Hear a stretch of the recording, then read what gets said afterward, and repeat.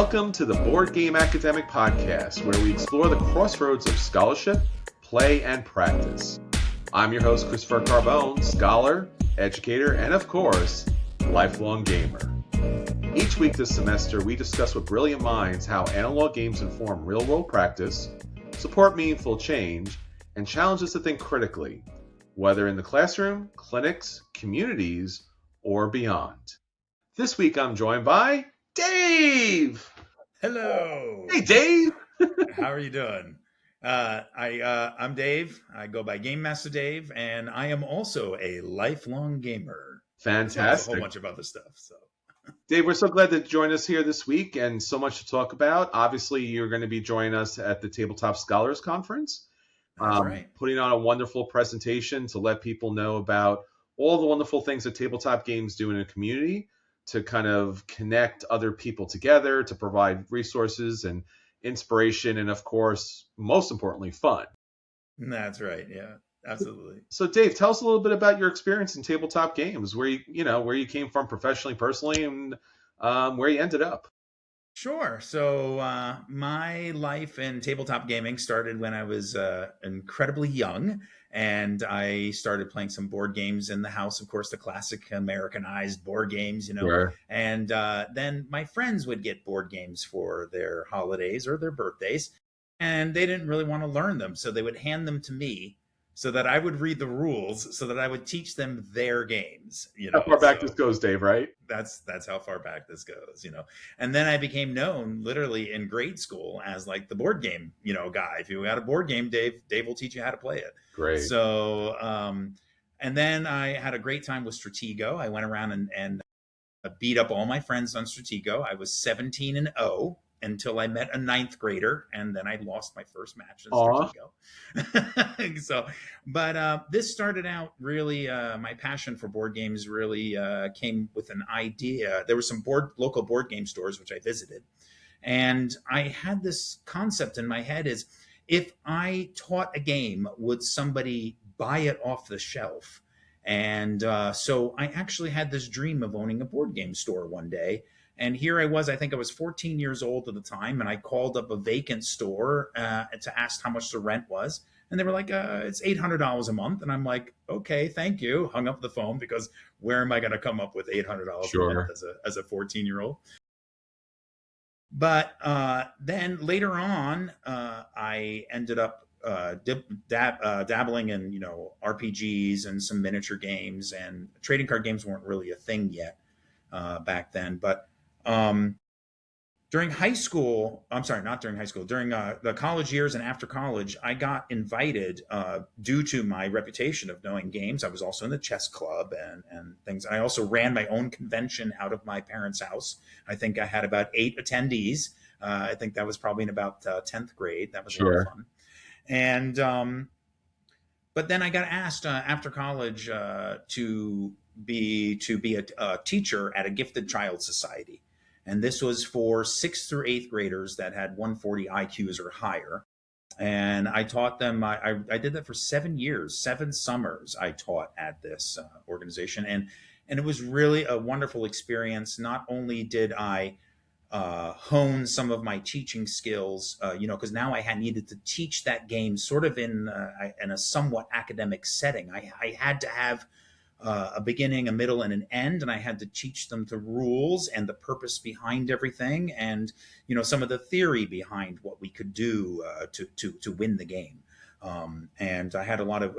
I started out with diplomacy with that, and also Axis and Allies, believe it or not. Sure. But then my most successful game with that was Supremacy, because that ended up being talking about global issues. Yes. So we talked a little bit about history and the future in dealing with that.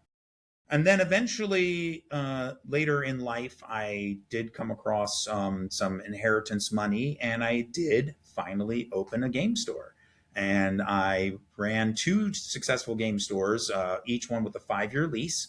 Had a lot of fun. It was really hard, though. Sure. Entrepreneurship is ridiculous. And I ended up closing just, due to finances and life situations.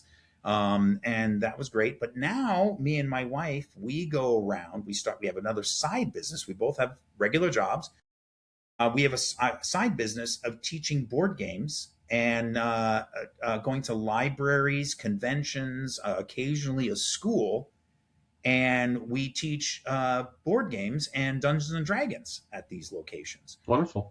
And we get paid for it. It's unbelievable. So not only do I have a passion, my passion in life is teaching games, but I love meeting people. I love getting people that have never met before around a table, teach them the rules, have them experience something new, have them make friends.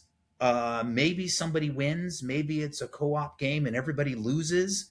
But the experience they take away from that is it's almost like they want to do that again. It's the connection, it's the manipulating of the rule set, it's the communication, the math, the learning history. Some of the games I teach are like learning history, like Twilight Struggle is one of my favorite games out right now that I really enjoy playing.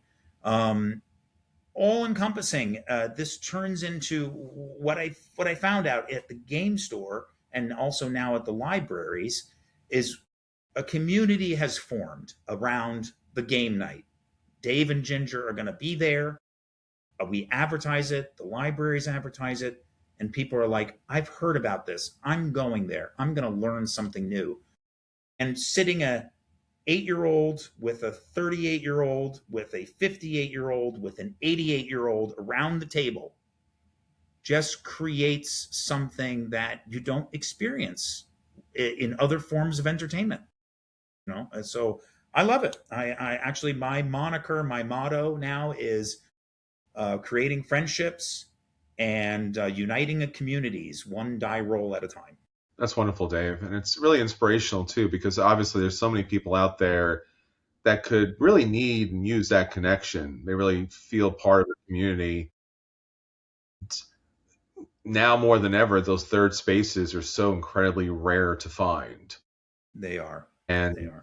I'm sure as a game store owner that you provided shelter and support and love, honestly, for a community of people that may not have fit out there in the real world in some cases, Right. in some situations. And I know the local game store that was nearby my house that closed, unfortunately, was just like the hub, of activity and fun and engagement. And it's really great that you're continuing to do that because, again, there's so many different groups and populations that really could benefit from that.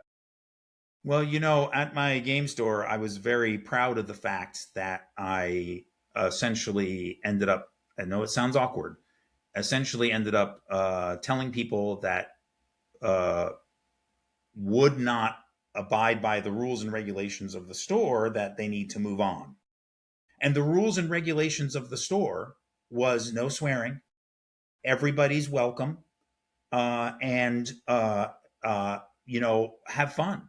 Yes. Treat each other with respect and have a good time.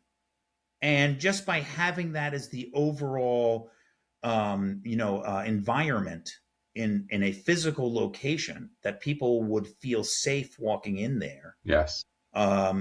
was fantastic. First of all, it reduced the amount of stress on me and my staff, having to deal with difficult people, but it increased the amount of customer base. So not only was it something that I believe in, but it was also something that economically was beneficial to me as a business. Sure. And I've got tons of stories of people that felt very awkward about walking into a retail space with other people, and they found a home.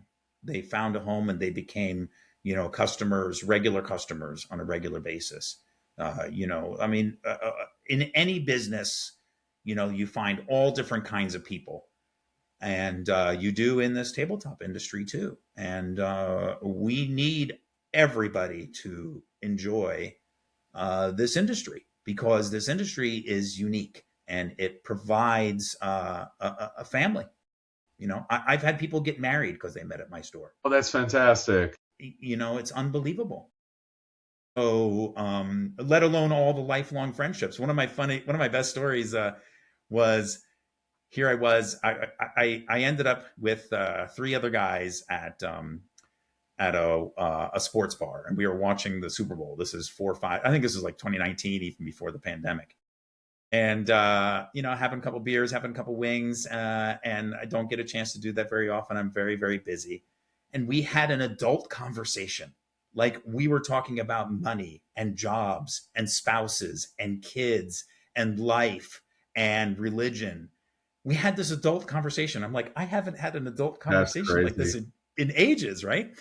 This was really good. And then I turned to the other three people and I'm like, I'm not from Long Island. I'm from New Jersey.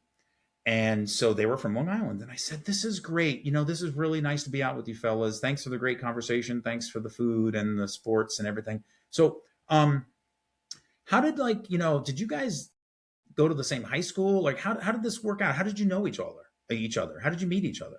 I'm just curious. They go, I'll go, Dave, we met at your store. Oh, crazy.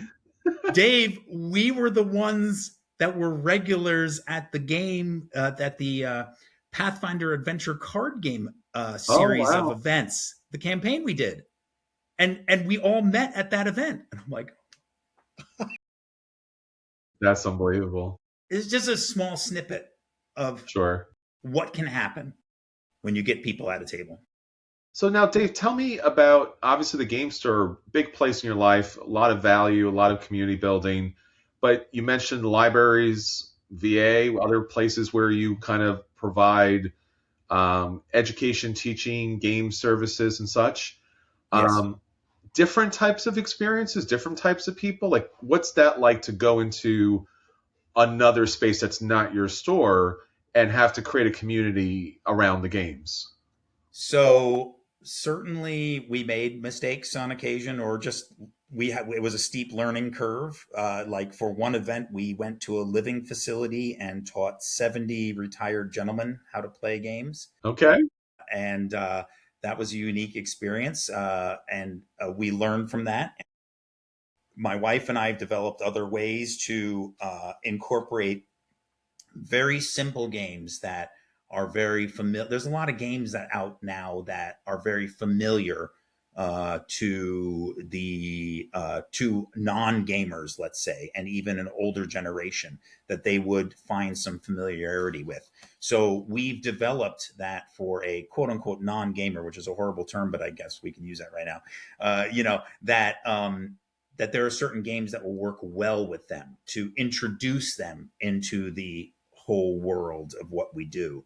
So we've learned, the good 10 or 12 games to do that. So when we walk into those environments, or we get a group of people that show up at a library event, like if we, then we can teach those other games. Not like for the veterans, what we did was we did a day at the races game, which is basically like you just bet on you bet on horses, and there's a video of like a horse race going on, and so you get like little prizes and Oh, coupons and hand things, it's just something for them to watch a video, make predictions, and then win prizes, so something like that. And then we also did for an elementary school, we did a minute to win it game where we were basically, it's like throwing ping pong balls into soda cups, or it's doing a race with blocks or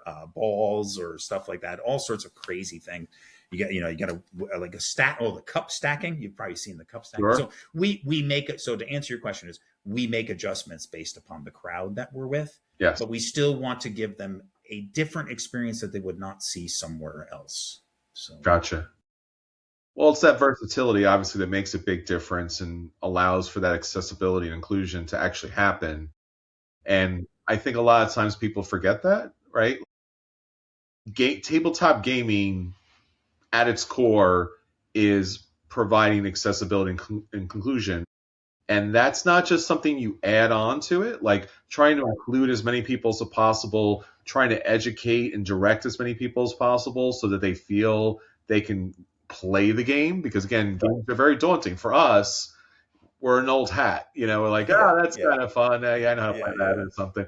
But for other yeah. people, gateway games might as well be, you know, 5D chess or something like that. It's Right. like outside of this realm of experience. Right, right. Well, this happens very often. Almost every single library event that I go to or gaming convention, somebody will walk in the door and they'll look at the gaming library, and you could just see they're looking like a deer in the headlights. Yes. They're looking for the Scrabble game. They're looking whatever. And so I usually just ask them. I say, do some of these games look familiar to you? Oh yeah, I know that one. I know that one. Okay. And like what was the last? I usually try to ask them, what was the last board game that you played? And sometimes they'll say Splendor, and that's okay, I got you. And sometimes they'll say Ticket to Ride, okay, I got you. And sometimes they'll say Monopoly, and I say, okay, I got you. And then almost instantaneously, I'm able to choose a game that gets them maybe one step more into the hobby, just a one minor step in. Or if they have no experience, then I bring them over to the giant corridor board that we bring around, and I say, this game takes less than a minute to play. I'm sorry, less than a minute to learn how to play and less than 10 minutes to play. Hmm. Would you like to?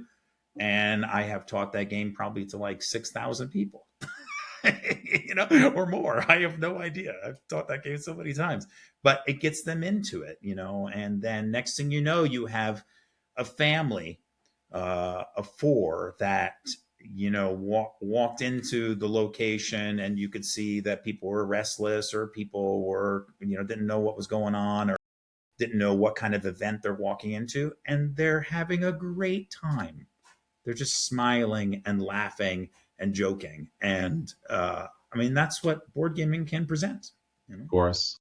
And again, like, you come from a background of educating even as far back as a child, and then even with your military service, to being able to educate and direct and to serve and to provide those kind of experiences for the public, uh, Yes.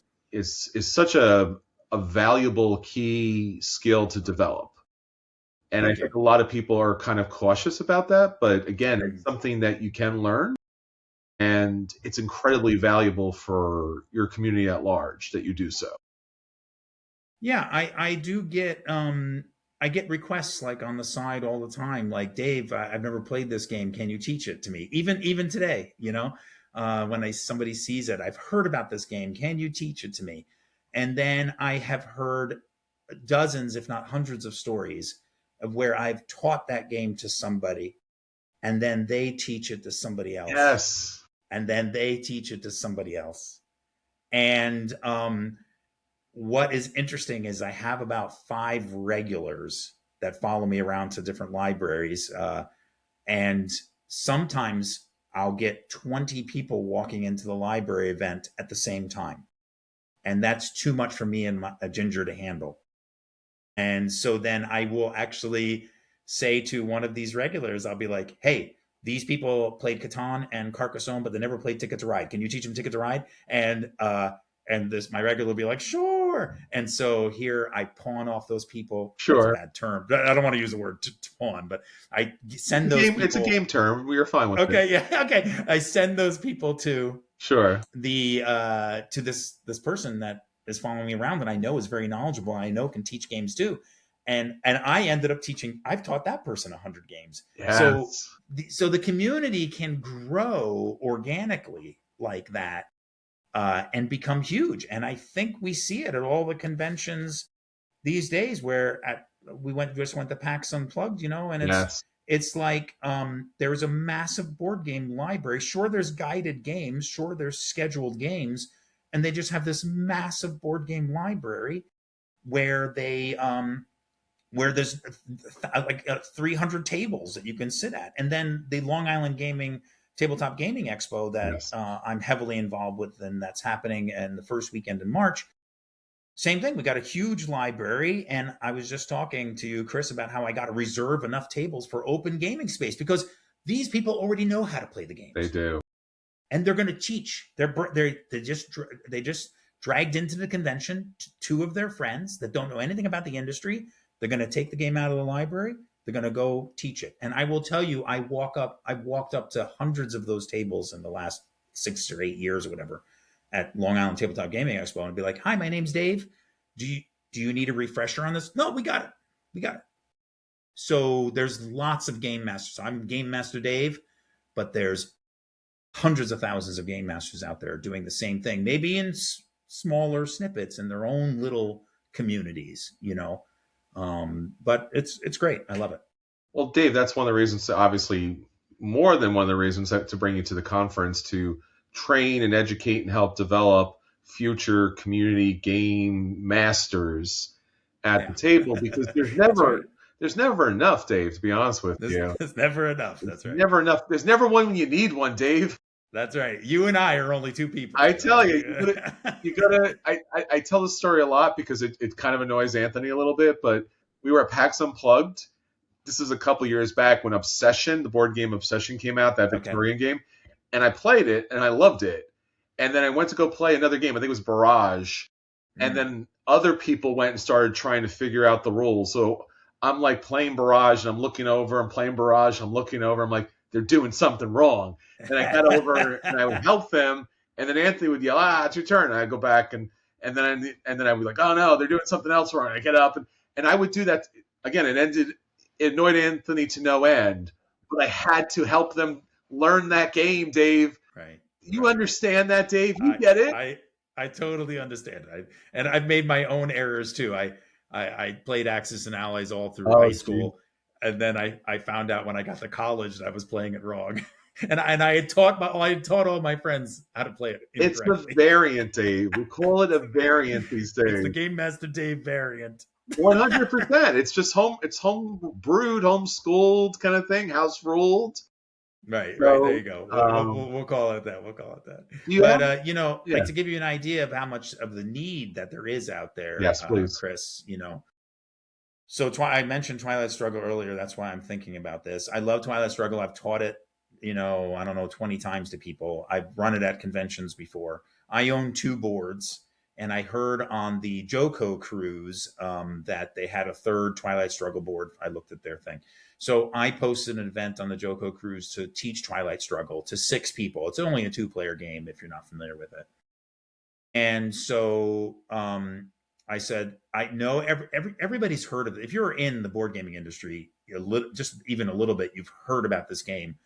But the learning curve nobody goes out and buys it because they know that it's a very difficult game to grasp the concept of it. So why am I going to buy a game I'm never going to play, right? So everybody knows about it, but the thing is that they need someone to teach them. So here I posted the game at the Joko cruise for 6 people, and the time for the game shows up. I set up my 3 boards. 12 people showed up. And I'm like, how am I going to teach a 2-player game? I only got 3 boards to 12 people. Yes. I did it. Wow. I made teams of 2. 6 teams of 2. Okay. And it was madness, complete madness. That's crazy. But I will tell you, probably 8 of those people, and I don't even think we finished, but I think 8 of those people at the end came up to me and said, "Thank you. I own this. And I've never played it because I opened the rule book and I just could not grasp the concept of it."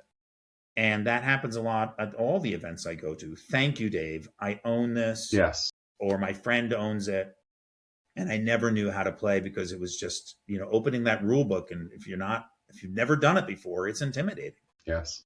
And that's why we need people like you, me, and the other thousands of people across the country that just will teach you how to play the game, because then your experience with the board game is not going to be negative. You're going to be concentrating on the people instead of trying to figure out the rule set. And, and so this experience with people is great, It's 100% true, Dave. I'll tell you, like going to the conventions, especially PAX, my favorite thing, period, hands down, not even close, is if somebody will teach me how to play the games.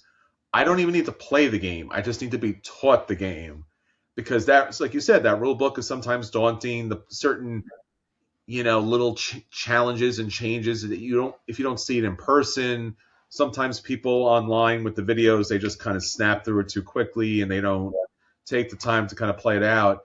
And then like now I have the confidence to play that. Now I can teach that game to others. I can get it to the table. It breaks that shelf of shame, so to Yep, speak. that's right. And I remember you did that with Hegemony at, I think it was Yeah, in the Morristown conventions yeah. circle. DexCon or DexLight or Dreamation. Yeah, And that is a heavy teach. That is 4 heavy teach. asymmetric player setups that are all interactive at the same time. Well, this might lead into, I'm sorry to interrupt you, Yeah, Chris, go but this for it. might lead into something that we might talk about. I might be talking about Excellent. at the conference, which is how do you teach a game, Ah, I like it, right? Dave. I like it. Because I think that I've sat down and listened to other people teach games, and sure, the vast majority, the people teaching the game have been great, and then other times people have like, don't tell me what the objective of the game is right off the bat. Don't tell me what, so start spewing terminology, and I'm like, what is this? I have no comprehension of what's going on. Yes. So there is a methodology on how to teach a board game, Wonderful. or any game. Well, if you want to learn that, you got to come to the Tabletop Scholars Conference. Go to boardgameacademics.com, where you'll be able to find all the registration information about the upcoming conference, about Dave's presentation during the day, so that you make sure that you stop in for that. And obviously, Dave and everybody else will be there in the entire convention, so you can play games with Dave. That's right. Yeah. Come say hello. Come learn a game with me. I'd love to 100%. teach you a game. Yeah, no, it's been Dave. Like you've taught me games where I'm like, he brings this like little small game, and I'm like, I want to play a heavy crunchy game. Dave's like, no, this is great, and we'll play this Yeah, game. yeah. I'll do this, and then like after I like, damn it, Dave, this game is fun just because you taught the game. I get it. All right, I see it. I see it. So have to have more advocates, have to have more educators, have to have more people joining us all at the table. And again, that's what we always try to do. Again, accessibility and inclusion as much as possible, so that there's always gamers out there. There's always great game teachers. And that's really what you all need to learn, so that you can be all of those wonderful things for other people, so that they can come back and tell stories about how they met their friends, they met their spouse, they got those games off the shelf and got those Right. tables. So it's an incredible service that's unsung, Dave. And again, I appreciate you so very much for doing that. Well, I just love it. I appreciate you giving me the compliments, and I really appreciate everybody that has complimented me in the past. But it's also what I love. Yes. I love people, I love teaching, and I love board games.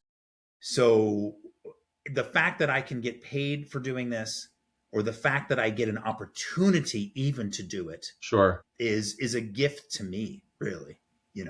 It gives me some wonderful purpose in my life, and I love to share it, and I love to spread it. So come on down and come see me, come say hello, and make sure you learn a game. Yeah, and if you'd like to learn more about Game Master Dave and all the wonderful things he does, get on his newsletter. You'll find that information in the show notes. Or again, boardgameacademics.com, where you can see Dave's photo and his professional profile and all the different connections there. And of course, the Tabletop Scholars upcoming conference. Well, Dave, thank you so much for joining us. It's been a wonderful time as always, and I've learned a lot yet again, Dave. You won the day. Damn it. Thanks, Chris. I learned something. Yeah. You're trying to play. You're trying to have fun. Dave's like, you can have fun, but you're going to learn something. Damn it. Yeah. Well, you've taught me a bunch of stuff too, Chris. So. Oh, that's great. Well, Dave, until next time, we want everybody out there to keep rolling and thinking critically, my friends. Take care, everybody. Bye-bye.